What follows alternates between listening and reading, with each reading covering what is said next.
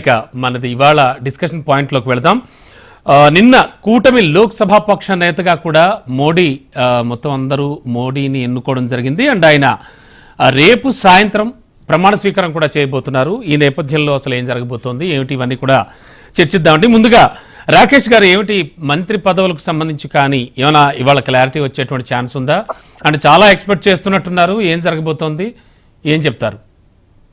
ఏదైతే ఎన్డీఏ భాగస్వామ్యంతో రాష్ట్రంలో కానీ దేశంలో కానీ అఖండ మెజారిటీతో ప్రభుత్వం ఏర్పాటు చేయబోతున్నామో ఇందులో చాలా కీలకంగా నారా చంద్రబాబు నాయుడు గారు వ్యవహరించబోతున్నారు. మా ముఖ్య లక్ష్యం ఆంధ్రప్రదేశ్ యొక్క కావాల్సిన విధి విధానాలు, ఆంధ్రప్రదేశ్కి కావాల్సిన స్పెషల్ స్టేటస్, అదేవిధంగా మంత్రి పదవులు, కీలకమైన మంత్రి పదవులు కానీ స్పీకర్ పదవి కానీ ఇవన్నీ ఆంధ్ర రాష్ట్రానికి రావాలని మేమందరం కూడా కోరుకుంటా ఉన్నాం. ఎందుకనంటే తెలుగు రాష్ట్రాల యొక్క ఉనికి చాటాలంటే, ఆంధ్రప్రదేశ్ యొక్క మనోభావాలు కాపాడాలన్నా, ఆంధ్రప్రదేశ్ రాష్ట్ర యొక్క స్థితిగతులు ఈ రోజుని సరిదిద్దాలన్నా కేంద్రంలో కీలకమైన పొజిషన్ కావాలని ఆ రోజు కూడా మేము కోరుకున్నాం. మేము ఆ రోజు చెప్పాం, ఈ రోజు చెప్పాం. తెలుగుదేశం పార్టీ గెలవాలంటే పొత్తు ఉన్నా లేకపోయినా గెలవచ్చు. కానీ కావాల్సిన అంశం ఏంటంటే నిధులు, రక్షణ, పైనుంచి కావాల్సిన సహకారం. ఈ రోజు ఆంధ్ర రాష్ట్రం అనుభవించిన గతంలో 5 సంవత్సరాల్లో చూసినట్టయితే ఎన్నో లక్షల కోట్ల అప్పులు చేశారు. ఎన్నో రకాలుగా ఆంధ్ర రాష్ట్రాన్ని కిందకు తొక్కేశారు. వీటన్నిటినీ పైకి రావాలంటే ఖచ్చితంగా ఎన్డీఏ భాగస్వామ్యం అవసరం అని మేము భావించాం. అందుకే పొత్తు పెట్టుకున్నాం. పవన్ కళ్యాణ్ గారు మేము కలిసి నడుద్దామని అనుకున్నా కూడా చాలా మంది రకరకాలుగా మాట్లాడి విభేదాలు సృష్టించాలని ప్రయత్నించినా కూడా ఎన్ని ఇబ్బందులు వచ్చినా ముగ్గురం కలిసికట్టుగా వెళ్లాలని ఒక నిర్ణయానికి వచ్చాం. ముగ్గురం కలిసికట్టుగా వెళ్ళాం. అఖండ మెజార్టీతో గెలిచాం. రేపొద్దున ఏదైతే ఎన్డీఏ ప్రభుత్వం ఏర్పడబోతా ఉందో కేంద్రంలో కానీ రాష్ట్రంలో కానీ ఆంధ్ర రాష్ట్రానికి కావాల్సిన అంశాలే మా ప్రత్యేక ఎజెండా. రైల్వే జోన్ కానివ్వండి, పోలవరం పూర్తి కానివ్వండి, అమరావతి కానివ్వండి, స్టీల్ ప్లాంట్ కానివ్వండి, ముఖ్యంగా స్పెషల్ స్టేటస్ కానివ్వండి, ఇవన్నీ కూడా మా కీలకమైన ఎజెండాలు. వాటి గురించి మాట్లాడబోతా ఉన్నాం. వాటి గురించి పోరాడే నాయకులు ఎవరైతే ఉన్నారో, మాట్లాడగలిగి దమ్మున్న నాయకులు పనిచేసే వాళ్ళు ఉన్నారో వారే కేంద్రంలో కీలకంగా ఉండబోతా ఉన్నారు. ఖచ్చితంగా ఆంధ్ర రాష్ట్రానికి కావాల్సిన దానికన్నా 4 ఇంతలు ఎక్కువ తీసుకొచ్చి ఈ 5 ఏళ్లలో ఆంధ్ర రాష్ట్రాన్ని దేశంలో అగ్రగామిగా నిలిచే స్థాయిగా ఉండబోతా ఉంది. కీలకమైన మంత్రి పదవులు కూడా ఆంధ్ర రాష్ట్రానికి రాబోతా ఉన్నాయి. ఇక ఈ ఆంధ్ర రాష్ట్రం అంటే ఈరోజు రాబోయే రోజుల్లో దేశంలో ఒక రెడ్ కార్పెట్ అనేది అందరూ కూడా గుర్తు పెట్టుకోవాలని, అన్ని మంచి రోజులు వచ్చాయని మేము భావిస్తా ఉన్నాం. అలానే తెలుగుదేశం పార్టీ కూటమి కలిసి ముందుకెళ్తా ఉంది. ఏదైతే మేము చెప్పిన మాట కట్టుబడి మేము ఇందాక చెప్పిన అంశాలన్నింటినీ కూడా నెరవేర్చి గిఫ్ట్ ఇస్తామని కూడా చెప్తాం. ఎస్ సార్, ఎస్ రాకేష్ గారు. సార్ దిలీప్ సార్, ఏమనిపిస్తుంది అంటే నిన్న మోడీ లోక్సభ పక్ష నేతగా ఎన్నికైన తర్వాత ఆయన మాట్లాడినటువంటి మాటల్లో ఒకటి మాత్రం చాలా సీరియస్గా అనిపించింది నాకు. అఫ్ కోర్స్ 10 ఏళ్లలో కాంగ్రెస్కు 100 సీట్లు కూడా దాటలే అంటే ఈ మాటను ఎలా అర్థం చేసుకోవచ్చు? అంటే ప్రస్తుతం ఉన్నటువంటి సిచ్యువేషన్లో కూటమి కూడా ఇంచుమించు ఇండి కూటమి కూడా ఎన్డీఏ కూడానే వచ్చింది. అంటే గెలుపు దిశగానే పయనించింది. సీట్లు అయితే పెంచుకోగలిగింది. ప్లస్ ఏమనిపిస్తోంది సార్ ఇప్పుడు? ఒకటండి, ఎన్డీఏ కూటమికి ఎక్కువ వచ్చాయా లేదా కాంగ్రెస్ కి విడిగా ఎక్కువ వచ్చాయా బీజేపీకి ఎక్కువ వచ్చాయా అనేది లెక్కలోకి రాదు. ఎందుకు రాదంటే అన్ని సర్వే సంస్థల అంచనాలు తారుమారు చేస్తూ అధిక సీట్లను గ్రూప్ ఇండియా కూటమి తెచ్చుకోగలిగింది. తర్వాత విన్నింగ్ అండ్ లూజింగ్ మార్జిన్ కి ఇంకో 35 సీట్స్ అటు ఇటు అయితే అధికార మార్పిడే జరిగేది. ఆ పరిస్థితి కూడా కనపడ్డది కదా క్లియర్ గా. సో అది ఎవరు ఎన్డీఏ ఎక్స్పెక్ట్ చేసినటువంటి విషయం కాదు. అబ్కీ బార్ 400 పార్ దగ్గర నుంచి అబ్కీ బార్ 200 పార్కే కింద మీద తలకిందులు తప్పని చేయాల్సిన పరిస్థితి ఏర్పడ్డది. కాబట్టి కాంగ్రెస్ 100 వచ్చాయా లేదా మీకు 200 వచ్చాయా లెక్కెట్లు వస్తుంది. ఇదేమో ఇండియా కూటమి, అదేమో ఎన్డీఏ కూటమి. ఈ రోజు ఎన్డీఏ కూటమి లేకుండా వాళ్ళ అధికారంలోకి వచ్చే పరిస్థితి లేదు కదా. డిపెండెంట్ గవర్నమెంట్ అయిపోయింది. ఒక రకంగా డెమోక్రసీలో డిపెండెంట్ గవర్నమెంటే మంచిది. ఎందుకంటే ఏకపక్ష నిర్ణయాలు ఉండవు, ప్రజాస్వామ్య పద్ధతిలో చర్చలు జరుగుతాయి. అపోజిషన్ కూడా స్ట్రాంగ్ అపోజిషన్ అయిపోయింది. ఇప్పుడు గతంలో కంటే ఎక్కువ బలమైనటువంటి అపోజిషన్. ఇది కూడా మంచిది. హెల్తీ డెమోక్రసీకి పవర్ఫుల్ అండ్ స్ట్రాంగ్ అపోజిషన్ ఇది గుడ్ సైన్. సో ఆ రకంగా కామెంట్ చేయడం అవసరం అని అనుకోను. బట్ ఏదేమైనా ఈ రోజు ఇంతమంది మిత్రుడు చెప్పినట్టుగా టీడీపీ ఒకప్పుడు మనకు తెలుసు చంద్రబాబు గారు ఒక విజనరీ, ఆయనకు పరిపాలనా దక్షుడు. ఆయన అవకాశం ఉంటే తన చాకచక్యం అంతా వాడతాడు, రాజకీయ చతురత వాడతాడు. ఇప్పుడు ఆయనకు కింగ్ మేకర్ గా మరొక రోల్ వాళ్ళు వచ్చింది. గతంలో మనం చూసి ఆయన కింగ్ మేకర్ గా ఉన్నప్పుడు ఏ విధంగా కీలక శాఖలు తీసుకున్నాడు, ఏ విధంగా స్పీకర్ పదవి తీసుకున్నాడు, రాష్ట్రానికి రాబట్టుకోవాల్సిన నిధులు ఏ విధంగా ఏ పద్ధతిలో రాబట్టాడో చూసాం. సో మళ్ళొకసారి ఆయన ఒక కీలక భూమిక పోషించడం అనేది మనందరికీ కూడా సంతోషదాయకం. ఎందుకంటే మరి పక్క రాష్ట్రమైనా మన తెలుగువాడ రాష్ట్రం, మనం వాడు మనందరం చూసాం 10 ఏళ్లలో వాడు క్యాపిటల్ లేక, క్యాపిటల్ అవసరం 1,00,000 కోట్ల రూపాయలు సమీకరించలేక రకరకాల ఇబ్బందులు. అంటే ఈ 5 ఏళ్లలో ఫుల్ఫిల్ చేసుకోగలుగుతారంటారా చంద్రబాబు నాయుడు మీరు చెప్పినటువంటి రాజకీయ చిత్రతతో? డెఫినెట్లీ ఆయనకున్న చిత్రత ఖచ్చితంగా వాడతాడు ఆయన. ఎందుకంటే ఈ 10 years లోపల ఇక్కడేమో తెలంగాణలో బీఆర్ఎస్ ఈ మొత్తం రాష్ట్రాన్ని ధ్వంసం చేయడానికి 10 ఏళ్ల సమయం తీసుకుంటే, ఆంధ్రలో 5 ఏళ్ల సమయంలో ధ్వంసం చేశారు. చాలా వ్యవస్థలు చిన్నాభిన్నం అయిపోయినాయి. సో వాటిని రిస్టోర్ చేస్తాడు ఆయన. మనం ఆయనకున్నటువంటి దీంట్లో ఏంటంటే ఆ క్రిటిసిజం అనేది ఇక్కడ ఉంటే దాన్ని సహేతుకంగా ఆలోచించి దాన్ని రెక్టిఫై చేసే ప్రయత్నం చేస్తాడు తప్ప డిక్టేటర్ లాగానో దాన్ని పట్టించుకోకుండా నేను చెప్పింది వేదం అనే పదిలో కూడా ఆ స్టేట్మెంట్ కూడా ఇచ్చాడు ఆయన. రాబోయే రోజులు అధికార ప్రమేయం కాదు, రాజకీయ పరిపాలన చూస్తారనే మాట అన్నాడు ఆయన. అందరికి అందుబాటులో ఉంటా అన్నాడు, ఎంపీలతో మాట్లాడుతున్నాను, ఎవరైనా రండి నేను అందుబాటులో ఉంటా అన్నాడు. కాబట్టి ఆయన ఒక మార్పు అనేది క్లియర్ గా ఆయన చెప్తున్నాడు, నాలో మార్పు ఉంది చూడండి అని. సో ప్రజలు కూడా ఆ విధమైనటువంటి ఒక మార్పు ఎక్స్పెక్ట్ చేస్తున్నారు. దానికి అనుగుణంగా మ్యాసివ్ మెజారిటీ, మోడీ కూడా అప్రిషియేట్ చేశాడు మ్యాసివ్ మెజారిటీ అని. సో ఈ మెజారిటీ అన్నది రాష్ట్రానికి సంబంధించినంత వరకు అధిక నిధులు తెచ్చుకోవడానికి, పరంగా చెప్పాలంటే తెలంగాణ చీఫ్ మినిస్టర్ గారికి గురు శిక్ష అనుబంధం ఉంది. సో ఇక్కడ ఏమైనా ప్రాబ్లం వచ్చినా ఆయన తన చక్రం అంటూ వేసే పరిస్థితి కూడా ఉంది. అది కూడా కొంత మంచిదే, సేఫ్టీకి మనకు. సో ఇవన్నీ అంశాలు ఆలోచించినప్పుడు ఆయన ఒక కీలకమైనటువంటి రోల్ లో ఒక భూమిక ఈ రోజు పోషించడం అనేది ఖచ్చితంగా రాబోయే ఉభయ తెలుగు రాష్ట్రాలు కూడా చాలా చక్కగా ఉపయోగపడుతుందని నేను అనుకుంటున్నాను. Sure sir. సార్ లక్ష్మీనారాయణ గారు ఏమనిపిస్తోంది అంటే సమిష్టి నిర్ణయాలు ఉంటాయంటున్నారు. జనరల్ గా కూటమి అంటే భిన్నాభిప్రాయాలు వ్యక్తమయ్యేటువంటి పార్టీల నేతలు ఉంటారు, వారి వారి సంఖ్యాబలాన్ని బట్టి కూడా వారి ప్రవర్తన ఉంటుంది. ఏమనిపిస్తోంది సార్, ఎలా వెళ్ళబోతోంది ఫ్యూచర్? అంటే ప్రధాని కంటే ముందు ముఖ్యమంత్రిగా మోదీ గారి అనుభవం, అదే రకంగా నితీష్ కుమార్ గారు సుదీర్ఘకాలంగా ముఖ్యమంత్రిగా అనుభవం, విజనరీ ముఖ్యమంత్రిగా చంద్రబాబు నాయుడు గారి అనుభవం. అంటే వెరసి అంటే ఇప్పుడు ఏదైతే అందరు కలిసి సంఘటితంగా మరి మోదీ గారి నేతృత్వంలో ఎన్డీఏ వేగంగా ముందుకు పోవడానికి లక్ష్యాలు ఏవైతే ఉన్నాయో, ఆ కార్యాచరణ పథకం ఏదైతే ఉందో అది సజావుగా అమలు కావడానికి, మరిన్ని మెరుగులు దిద్దడానికి అవసరమైనటువంటి జట్టు ఏర్పడ్డది. డెఫినెట్లీ రాబోయేటువంటి రోజుల్లో దేశం ప్రగతి గతి మరింత వేగంగా పోతుంది అనేటువంటిది నిస్సందేహం. అయితే అనేకమైనటువంటి షరతులు ఇవి అనేటువంటిది సోషల్ మీడియాలో కానీ ఇతరత్ర చర్చకు వచ్చినటువంటి పరిస్థితుల్లో అన్కండిషనల్ గా డెవలప్మెంటే అనేటువంటిది ముందుకు ప్రకటించడం అనేటువంటిది చాలా శుభ పరిణామం.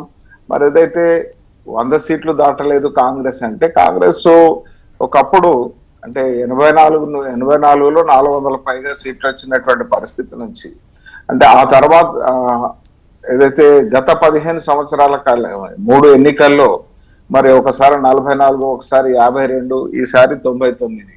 99 సీట్లు రావడం ఏదైతే ఉన్నదో, నేను అంటే ఇండియా కూటమి ఇండి అలయన్స్ కానీ మరి వచ్చినటువంటి సీట్లు ఏదైతే ఉన్నదో ఇది అంటే పూర్తిగా మేము గెలిచినాం అనేటువంటి భావనే ఉన్నది. అంటే ఆ నేతలకు ఆ హావభావాలు కానీ అది నిర్మాణాత్మకమైనటువంటి ప్రతిపక్షంగా పనిచేయడానికి అవసరమైనటువంటి సంఖ్యను ప్రజలు ఇచ్చారు. ఆ నిర్మాణాత్మకమైనటువంటి ప్రతిపక్షంగా పనిచేయడం మీదనే దృష్టి సారించాలి కానీ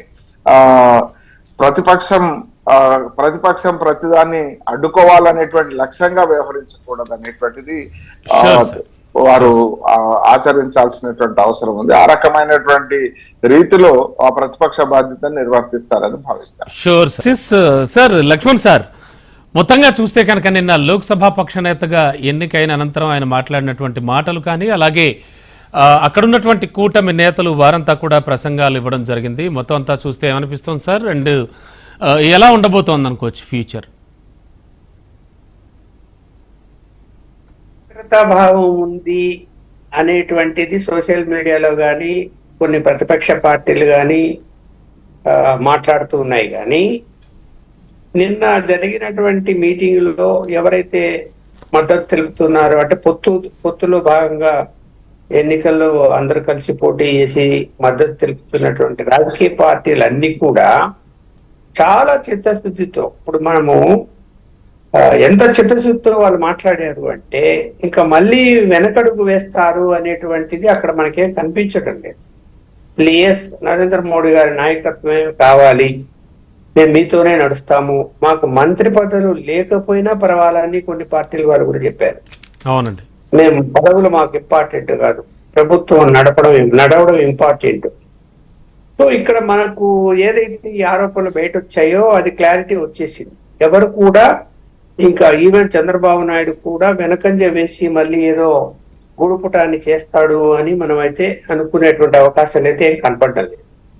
ఒకవేళ ఎవరైనా, ఇప్పుడు మనం ఫస్ట్ ముందు అనుమానం నితీష్ కుమార్ మీద విపరీతంగా స్కోలింగ్ వచ్చింది 3 రోజుల నుంచి. అవునండి, ఆయనే చాలా స్పష్టంగా చెప్పాడు, ఆయన మేము ఎట్టి పరిస్థితుల్లో మోడీ గారితో కలిసి నడుస్తాము అంటే ఆ విశ్వాసాన్ని ఇవాళ మోడీ గారు ఇచ్చారు అన్ని రాజకీయ పార్టీలు.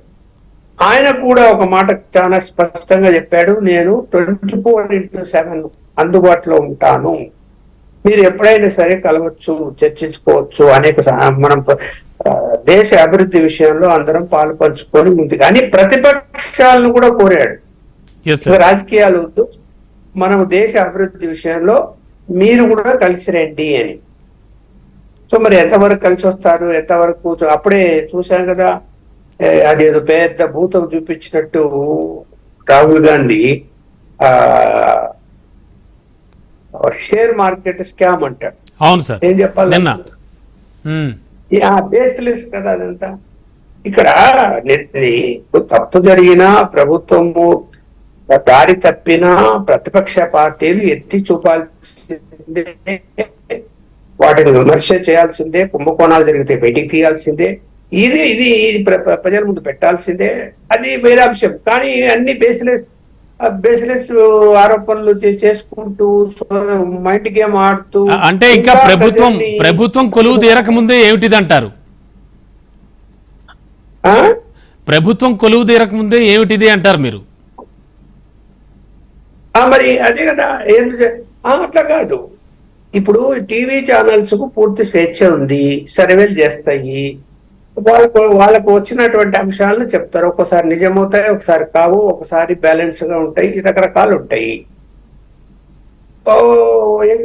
ఎగ్జిట్ పోల్లో కూడా పెద్ద స్కామ్ జరిగింది, కావాలని బూస్టప్ చేశారు, కావాలని షేర్ మార్కెట్ పెంచారు, తర్వాత నష్టం జరిగింది అంటే మళ్ళా నరేంద్ర మోడీ గారు ప్రధానమంత్రి అంటూనే మళ్ళీ లాభం జరిగింది లేదా? అదొక గేము. ఆ గేములో ఎవరు పాల్గొంటారు? డబ్బులు ఉన్నోళ్ళు, బలిసిన వాళ్ళే పాల్గొంటారు. ఏంటి వాళ్ళకి నష్టం జరిగితే ఈయనకు బాధ, రాహుల్ గాంధీకి నష్టం జరిగితే ఈయనకేంటి బాధ చెప్పండి? ఏంటి సామాన్య పౌరుల, పేద వర్గాల, మద్దతు ఏంటి? నీ నష్టం జరిగింది అంటే మేము మరుసటి రోజైనా లాభాలకు వచ్చాయి కదా మళ్ళీ. అది పెద్ద స్కామ్ అంటాడు. అంటే మీడియా సంస్థ కూడా కారణాలు చేస్తున్నాడు. మీడియా సంస్థలు ఏం చేస్తాయండి, ఇప్పుడు అనేక ఆధార సోర్సెస్ తో సమాచారం సేకరించి మనం ప్రజల ముందు పెడతాం. ఒక్కోసారి సైలెంట్ ఓటర్స్ ను పసిగట్టడం అనేది ఎవరి వల్ల కాదు. ఒక 2-3% డిఫరెన్స్ వస్తుంది ప్రతి ఎన్నికల్లో కూడా జరుగుతుంది. మరి 300 దాటాయి అనుకున్న వాళ్ళు 240 వచ్చాయి వాళ్ళకి, బీజేపీకి. మరి ఎందుకు మీడియా సంస్థలు 300 పైన వస్తాయని ఎగ్జిట్ పోల్ లో చెప్తారు అంటే ఇంకేం చెప్పాలి దానికి మనం? అలా అందరినీ కాంటాక్ట్ చేస్తూ మాట్లాడడం అనేది సరైన పద్ధతి కాదు. ఆయన అందరి మీద అనుమానాలు వ్యక్తం చేస్తూ, అసలు మీరు ముందు మీ యొక్క ప్రతిపక్ష పార్టీల మధ్య ఐక్యత ఉందా, అసలు ప్రధానమంత్రి అభ్యర్థి ఎవరు తేల్చుకోకుండానే మీరు జనంలోకి వెళ్ళిపోయారు. మరి మీరు చేసిన తప్పులన్నీ, ఇప్పుడు కాంగ్రెస్ హయాంలో ఎన్ని కుంభకోణాలు జరిగాయో ఎవరికేమన్నా తెలీదా? ఈ ప్రజానీకానికి తెలీదా? సరే, ఇప్పుడు మీరు అన్నట్టు ఏంటంటే ప్రభుత్వం నడవాలి, నడవాలి అంటే ఇప్పుడు భారతీయ జనతా పార్టీ మేనిఫెస్టోలో కొన్ని అంశాలు పెట్టింది, వాటిని మిత్రపక్షాలతో చర్చించి అంగీకరిస్తే తప్ప ఆ అంశాల మీద ముందుకు వెళ్లే అవకాశం ఉందో లేదో చెప్పలేము. ఎంతవరకు సహకరిస్తారు అన్నది ప్రభుత్వ పరిపాలనలో సహకరించవచ్చు కానీ ఈ బీజేపీ టార్గెట్ ఏదైతే ఉందో అది అచీవ్ చేసే విషయంలో కొంత ఇబ్బందికర పరిస్థితులు వస్తాయేమో. అండ్ మంత్రి పదవులకు సంబంధించి కూడా చాలా చాలా చర్చలు వస్తూ ఉన్నాయి, అవి కూడా మనం మాట్లాడదాం సార్. అండ్ రాకేష్ గారు, టోటల్గా చూస్తే కనుక ఇప్పుడున్నటువంటి సిచ్యువేషన్లో మంత్రి పదవులు ఆశిస్తున్న వాళ్ళు మొత్తం మిత్రపక్షాల నుంచి ఖచ్చితంగా ఉంటారు. బట్ తెలుగుదేశం ఏమనుకుంటోంది? అండ్ చంద్రబాబు నాయుడు గారు 12వ తేదీన ప్రమాణ స్వీకారం చేయబోతున్నారు, ఏమనిపిస్తోంది సార్? ఇప్పుడు మంత్రి పదవులు ఆశించే వాళ్ళ చాలా తాటిచాటది ఉంటుందండి లిస్టు. దానిలో తప్పేమీ లేదు, ఎందుకంటే పార్టీ కోసం నిలబడి కష్టకాలంలో చేశారు కాబట్టి. కానీ ఈ రోజు చంద్రబాబు నాయుడు గారు, లోకేష్ గారు ఆలోచన ఎలా ఉందంటే, రాబోయే తరాలకి నాయకత్వం అందించే విధంగా, ఒక మెసేజ్ ఇచ్చే విధంగా, కష్టపడి పనిచేసి ఎవరైతే డెవలప్మెంట్ కి పావులు కావాలని ఆంధ్ర ప్రజల మనోభావాలకు గుర్తించే విధంగా పనిచేసే వాళ్ళు ఎవరైతే ఉన్నారో వారికి ఖచ్చితంగా మంత్రి పదవులు, అన్ని సమీకరణాలని చూసి ప్రాంతాల వారీగా కొన్ని సమీకరణాలు చూడాలి, ప్రభుత్వంలోకి వచ్చాక చూసేయగం. కానీ అన్ని అణగారిన వర్గాలను, ఇబ్బందులు పడ్డ వర్గాలని, వారి అభ్యున్నత కోసం ఎవరైతే గట్టిగా పాటుపడగలరో, ఎందుకంటే మీకు తెలుసు ప్రభుత్వంలోకి వచ్చిన తర్వాత అంటే అయిపోయినట్టు కాదు, అక్కడి నుంచి ఇంకొక పుస్తకం మొదలవుద్ది. మనం పని చేయించగలగాల, ప్రతి ఒక్క స్టెప్ ని మనం న్యాయం చేయగలగాల. మన దగ్గరకు వచ్చిన విషయం మీద అధ్యయనం చేసి ఎవరికి ఇబ్బంది కలగకుండా మంచి నిర్ణయం తీసుకోగలగాల. అవసరమైతే పెద్ద ఆయన దగ్గరికి వెళ్ళి చెప్పి ఒప్పించి దాన్ని మళ్ళీ ప్రజలకు అంకితం చేయగలగాల ఆ పనిని. అలాంటి నాయకత్వాలు ఎవరైతే ఉన్నారో, జస్ట్ తల ఊపే నాయకులు కాకుండా అలాంటి నాయకత్వాలు ఎవరైతే ఉన్నారో వారిని బయటికి తీసి ఒక కొత్త పాత కలయికతో ఒక బ్రహ్మాండమైన కేబినెట్ రెడీ అవబోతా ఉంది. ఈ కేబినెట్ లో కూడా ఇందాక చెప్పినట్టు అన్ని రకాల వర్గాల ప్రజలు ఉండబోతా ఉన్నారు. అన్ని వర్గాలకి న్యాయం జరిగే విధంగా, అన్ని ప్రాంతాలకి సముచిత స్థానం కలిగే విధంగా మాటల్లో కాదు చేతల్లో చూపించడానికి అన్ని రకాలుగా జరుగుతూ ఉన్నాయి. అంతే కేంద్ర కేబినెట్ లో కూడా మంచిగా ఏదైతే గతంలో స్పీకర్ పోస్టు ఏ విధంగా అయితే మనం అత్యధికంగా ఎవరికి వాళ్ళకి ఇచ్చి ఆ గౌరవాన్ని మనం కల్పించామో, ఈ రోజు రేపు రాబోయే రోజుల్లో కూడా బీసీలకు కానీ ఎస్సీలకు కానీ పెద్ద పీట అయిపోతా ఉన్నాం. మంచిగా ఎవరైతే రాకేష్ గారు ఆ కమ్యూనిటీలో బ్యాక్గ్రౌండ్ లో ఉన్న వాళ్ళు ఎవరైతే ఉన్నారో వెనకబడ్డవారు, వారందరినీ పైకి లాగే ప్రయత్నం చేయబోతా ఉన్నాం. ఖచ్చితంగా మీ అందరూ కూడా చూసి దాన్ని స్వాగతిస్తారని అనుకుంటాం. Definitely sir. దిలీప్ సార్, చూస్తే అంటే మీరు ఇందాక మాట్లాడినటువంటి మాటల్లో ఒక విషయాన్ని నేనైతే గ్రహించాను. అదేమిటంటే రాష్ట్ర సంబంధాలు, అంటే కేంద్ర రాష్ట్ర సంబంధాలు కూడా ఒక సరికొత్త ఒరవడిగా వెళ్ళబోతున్నాయి. అండ్ తెలుగు రాష్ట్రాల మధ్యలో కూడా ఒక స్నేహపూర్వక వాతావరణం, అండ్ ఈ విభజన సమస్యలు కానీ ఇంకా చాలా చాలా ఇష్యూస్ ఉన్నాయి. ఇవన్నీ కూడా ఒక్క గాడిన పడేటువంటి ఛాన్స్ కనిపిస్తోందండి? 100% అండి. నిత్యమైన గురు శిష్య సంబంధం ఉంది కాబట్టి, అవును, కాంప్లిమెంటరీ అనేది ఇద్దరి మధ్య ఉంది కాబట్టి, మీకు ఇద్దరు గతంలో సాల్వ్ అయినటువంటి ఉభయ రాష్ట్రాల మధ్య అపరిష్కృతంగా ఉన్నటువంటి ఈ ఢిల్లీకి సంబంధించిన అంశాలు ఉన్నాయి.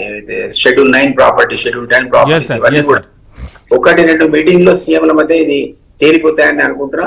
దాంతో ఈ సమస్య పర్మనెంట్ గా క్లోజ్ అవుతుంది. ఒక వాటర్ కూర్చే వరకల్లా అక్కడ విడవమంటేనేమో దీని పాము కోపం, కరవమంటే కప్ప కోపంలా ఉంటుంది ఏ సందర్భంలో అయినా. కాబట్టి అది మాత్రం అపెక్స్ బాడీ కింద కేంద్రం ఉంటుంది కాబట్టి ఇద్దరి మధ్య సమస్యలు ఉంటే ఇక అపెక్స్ కి రెఫర్ చేస్తారు. అపెక్స్ లో వీళ్ళకి ఇన్ఫ్లుయెన్స్ ఉంది కాబట్టి సాధ్యమైనంత త్వరగా అది పరిష్కారం అవుతుందని నేను ఆశిస్తున్నా. ఉభయ రాష్ట్రాల మధ్య నీటి సమస్యలు కూడా తీసుకోవడానికి చక్కటి అవకాశం అయితే ఇప్పుడు ఏర్పడుతుంది. నా స్పెక్యులేషన్ అంటే శాఖలు బట్టి చెప్తా ఉన్నా. నాకు తెలిసి వీళ్ళకు సివిల్ ఏవియేషన్ మినిస్ట్రీ ఒకటి, అర్బన్ డెవలప్మెంట్ మినిస్ట్రీ ఒకటి, సైన్స్ అండ్ టెక్నాలజీ మినిస్ట్రీ ఒకటి, డిప్యూటీ స్పీకర్ ఒకటి, తర్వాత కల్చర్ సంబంధించిన మంత్రి పవన్ సంబంధించినటువంటి వాళ్ళ బ్రదర్ ఎదురుగా శాఖలో ఉన్నాడు కాబట్టి ఈ 4 ప్రధానమైన శాఖలు కేటాయిస్తారనేది నా స్పెక్యులేషన్. నేను అడిగింది ఊహిస్తున్నాను గతంలో. Okay sir. లక్ష్మీనారాయణ గారు, అంటే ప్రజలే ఎజెండా అంటున్నారు, సమస్యలని తీర్చే విధంగానే ముందుకెళ్తా ఉంటున్నారు, అండ్ సమిష్టిగా నిర్ణయాలు అంటున్నారు. ఎటువంటి భవిష్యత్తును చూడొచ్చు అంటారు?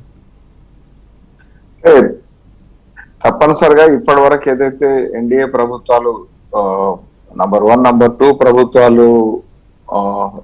ప్రభుత్వం ఏ రకంగా అభివృద్ధి కార్యక్రమాలు తీసుకెళ్లడం జరిగిందో, విధానపరమైనటువంటి నిర్ణయాల విషయంలో స్పష్టంగా వ్యవహరిస్తూ ముందుకెళ్లడం జరిగిందో, మరి అదే రకంగా ప్రజలకు ఉపయోగమయ్యేటువంటి విషయాలు, ప్రగతికి మార్గమయ్యేటువంటి విషయాలు, అన్ని విషయాల్లో కూడా నిర్ద్వందంగా నిష్కర్షగా మరి కలిసి ఆలోచించి ముందుకు పోతారనేటువంటిది మనకు నిన్న వెల్లడైనటువంటి విషయం. అభివృద్ధి విషయంలో మనం అందరం సమిష్టిగా సంఘటితంగా ముందుకోదాం అనేటువంటిది అందరూ వ్యక్తం చేసినటువంటిది. పూర్తి విశ్వాసం నరేంద్ర మోదీ గారి నేతృత్వం మీద వారు ప్రస్తావించడమే కాదు, టెక్నికల్ గా తీర్మానం చేయడమే కాదు, వారు మాట్లాడినటువంటి మాటల్లో ఆ పరిపూర్ణమైనటువంటి విశ్వాసం వ్యక్తమైంది.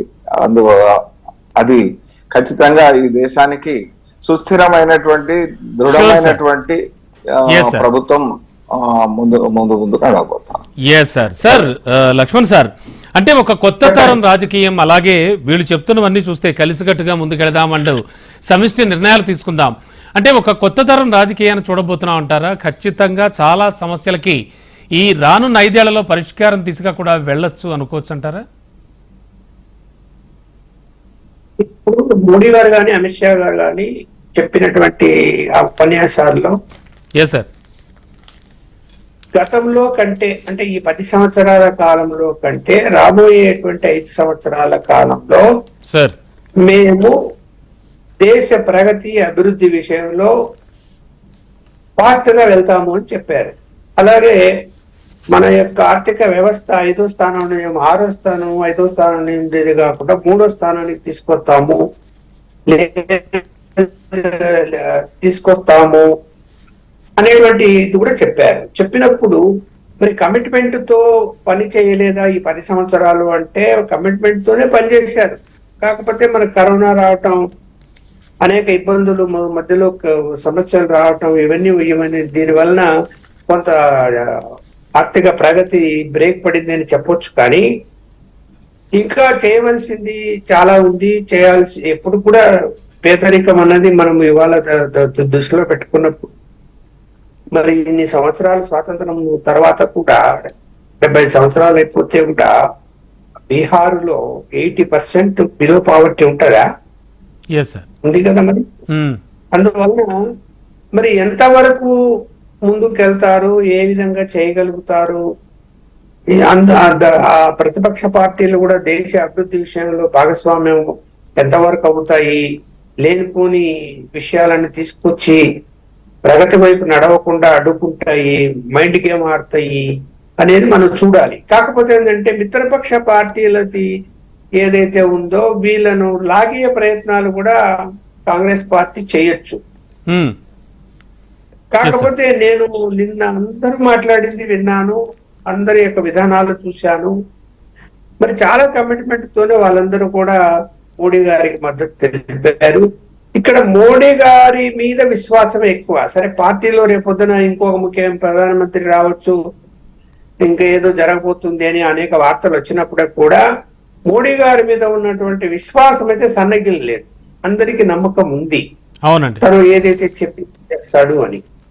సరే ఇంకా మీరు మన మిత్రులు చెప్పినట్టు ఏంటంటే పోర్ట్ఫోలియోలు ఎవరికి ఇస్తారు, భాగస్వామ్య పార్టీలు మంత్రి పదవులు ఎవరికి వస్తాయంటే దానికి కూడా ఆయన సమాధానం చెప్పాడు. మీరు నా మంత్రి పదవులు వస్తాయి అని చెప్పి కొంతమంది దుష్ప్రచారాలు చేస్తారు, మాటలు నమ్మకండి, మీరు తప్పుడు ఆలోచన చేయకండి, సరైన నిర్ణయం తీసుకుంటాను నేను అని చెప్పాడు ఆయన. అవునండి. అందువల్ల అన్ని రాజకీయ పార్టీలకు కూడా న్యాయం నేను అనుకుంటున్నాను, బ్యాలెన్స్ చేసుకొని ముందుకెళ్తాడు. ఎందుకంటే కలుపుకొని పోయే పరిస్థితులు తప్ప నాకు సంపూర్ణ మెజారిటీ ఉంది, మా 303 సీట్లు ఉన్నప్పుడు కూడా మిత్రపక్షాలు కలుపుకొనే పోయారు, వాళ్ళకు మంచి అవకాశాలు ఇచ్చారు తప్ప వాళ్ళనేమి ఎవరిని కూడా ఇబ్బంది పెట్టినట్టు అసంతృప్తున్నట్టు మనకు వార్తలు కూడా రాలేదు. అవునండి. ఏవైతే మిత్రపక్ష పార్టీలు అన్ని కూడా అది నితీష్ కుమార్ మధ్యలో బయటికి కూడా అంటే అది బీహార్ రాజకీయాలు, అది ఇక్కడ కేంద్రానికి సంబంధించిన అంశాలు కాదు. అవును సార్. అక్కడి పరిస్థితుల దృష్ట్యా ఆయన మధ్యలో వెళ్ళిపోయాడు, మళ్ళీ రిలైజ్ అయ్యాడు, మళ్ళీ వచ్చాడు. వచ్చిన తర్వాత ఇప్పుడు కమిట్మెంట్ తో ఉన్నాడా లేడంటే మరి చూసాం కదా, ఆయన సాక్షాత్తు నరేంద్ర మోడీ గారికి పదాభివందనం చేయబోయాడు. yes sir.